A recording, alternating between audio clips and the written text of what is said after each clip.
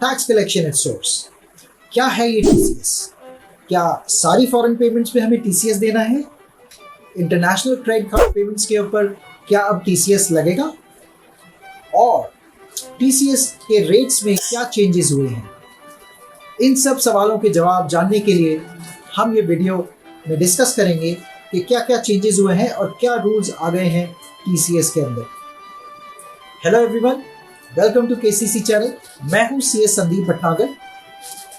Tax collection at source ये देना पड़ता है जब हम फॉरेन पेमेंट्स करते हैं। बजट 2020 में सेक्शन 2061G इंट्रोड्यूस किया गया, जिसके अंतर्गत अगर आप कोई फॉरेन पेमेंट करते हैं तो आपको टीसीएस देना पड़ता है। अगर कोई फॉरेन पेमेंट की जाती है लिबरलाइज्ड रेमिटेंस स्कीम के अंदर, जो कि रेजिडेंट इंडिविजुअल को अवेलेबल है, इसके अंतर्गत आप $2,50,000 तक की पेमेंट कर सकते हैं फॉरेन कंट्रीज में। क्या क्या नेचर ऑफ पेमेंट्स आप कर सकते हैं? आपको कोई प्रॉपर्टी परचेज करनी है, आपको कुछ मेडिकल एक्सपेंसेस करने हैं, आपको कुछ एजुकेशन रिलेटेड एक्सपेंसेस करने हैं, आपको कोई गिफ्ट देना है अपने रिलेटिव्स को, या फिर आपको कोई बॉन्ड्स या शेयर्स में इन्वेस्टमेंट करना है, तो ये सारी पेमेंट्स करने के लिए आपको टीसीएस देना पड़ेगा। अब टीसीएस के रेट्स में कुछ बदलाव हुए हैं। अब जानते हैं क्या बदलाव किए गए हैं।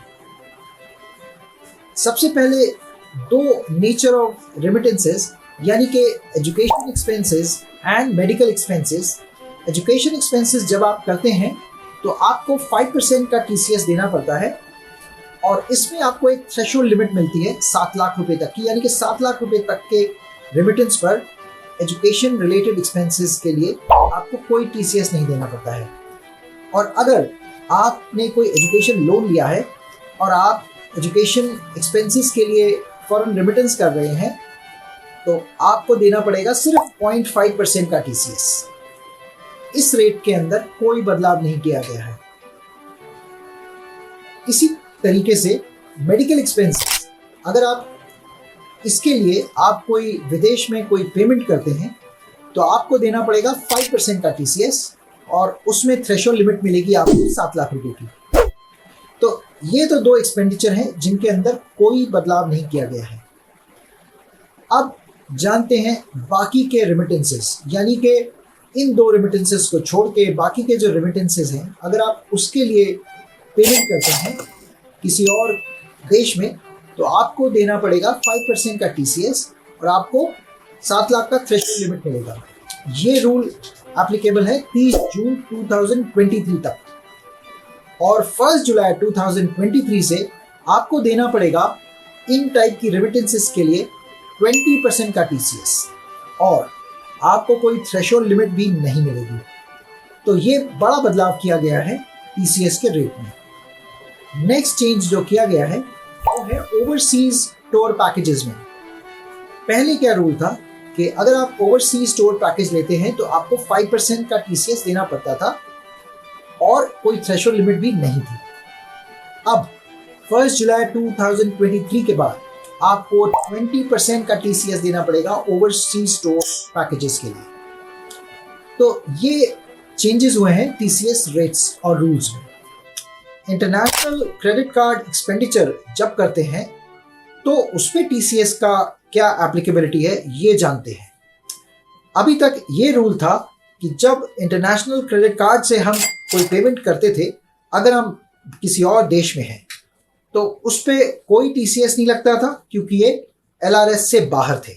लेकिन 1 जुलाई 2023 से ये टीसीएस के दायरे में आ गए हैं, और कोई भी एक्सपेंडिचर जो इंटरनेशनल क्रेडिट कार्ड से किया जाएगा उस पर वो लिबरलाइज्ड रेमिटेंस स्कीम में भी कवर होगा।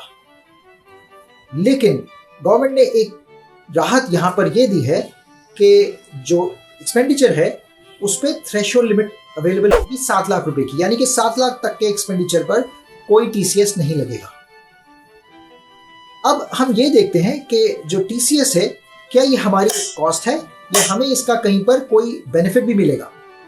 जी हाँ, टीसीएस जो है इसका हमें एक बेनिफिट मिलता है। वो कैसे मिलता है? जब कोई बैंक या जो ऑथराइज डीलर है जो आपके बिहाफ पे फॉरेन पेमेंट कर रहा है, वो आपसे जब टीसीएस लेता है तो वो उसको गवर्नमेंट में डिपॉजिट कराना होता है और फिर एक रिटर्न फाइल की जाती है जिससे जो टीसीएस आपसे लिया गया है वो आपके 26 एएस में रिफ्लेक्ट हो जाता है। और जब वो 26 एएस में रिफ्लेक्ट हो जाता है तो आप उसका क्रेडिट ले लेते हैं जब आप अपनी इनकम टैक्स की रिटर्न फाइल करते हैं। यानी कि जो भी आपका टैक्स आएगा उसमें आप इस टीसीएस को लेस कर लेंगे और अपनी टैक्स लायबिलिटी को कम कर लेंगे। तो ये एडवांटेज है टीसीएस का। नेक्स्ट हम ये देखते हैं कि कुछ पेमेंट्स ऐसी हैं जो कि टीसीएस के दायरे से बाहर है। नंबर 1, बिजनेस एक्सपेंसेस अगर आप फॉरेन कंट्री में करते हैं तो उस पर टीसीएस एप्लीकेबल नहीं है। जैसे कि आप एक कंपनी में एम्प्लॉयड हैं और आप बाहर जाते हैं किसी भी कंपनी के काम से, वहां पे जो भी एक्सपेंडिचर होता है उस पर आपको कोई टीसीएस एप्लीकेबल नहीं होगा। और दूसरा पॉइंट इसके अंदर ये आता है कि अगर आप कोई इंटरनेशनल क्रेडिट कार्ड से पेमेंट करते हैं इंडिया में रहते हुए किसी भी प्रोडक्ट या सर्विसेज के लिए, जैसे कोई म्यूजिक का सब्सक्रिप्शन आप लेते हैं, तो उस पर भी टीसीएस एप्लीकेबल नहीं होगा और वो एलआरएस से भी बाहर होगा। इंटरनेशनल क्रेडिट कार्ड अगर आप बाहर की कंट्री में जाके यूज करेंगे तो उस पर टीसीएस एप्लीकेबल होगा, subject to threshold limit of 7 lakh जो अभी हमने डिस्कस करी थी। तो ये बदलाव हुए हैं टीसीएस के रूल्स में। मैं आशा करता हूं कि आपको टीसीएस के बारे में काफी क्लैरिटी हो गई होगी। अगर अभी भी कोई आपके मन में कोई सवाल है या कोई किसी भी तरीके का कोई डाउट है तो आप प्लीज कमेंट बॉक्स में डालें, मैं उन सब आंसर्स को देने की कोशिश करूंगा। अगर आपको ये वीडियो यूजफुल लगा है तो आप इसको थम्स अप दें और हमारी चैनल को सब्सक्राइब करें और इस वीडियो को ज़्यादा से ज़्यादा शेयर करें और अलर्ट नोटिफिकेशन को भी क्लिक करें। मिलते हैं नेक्स्ट वीडियो में। Thanks for watching.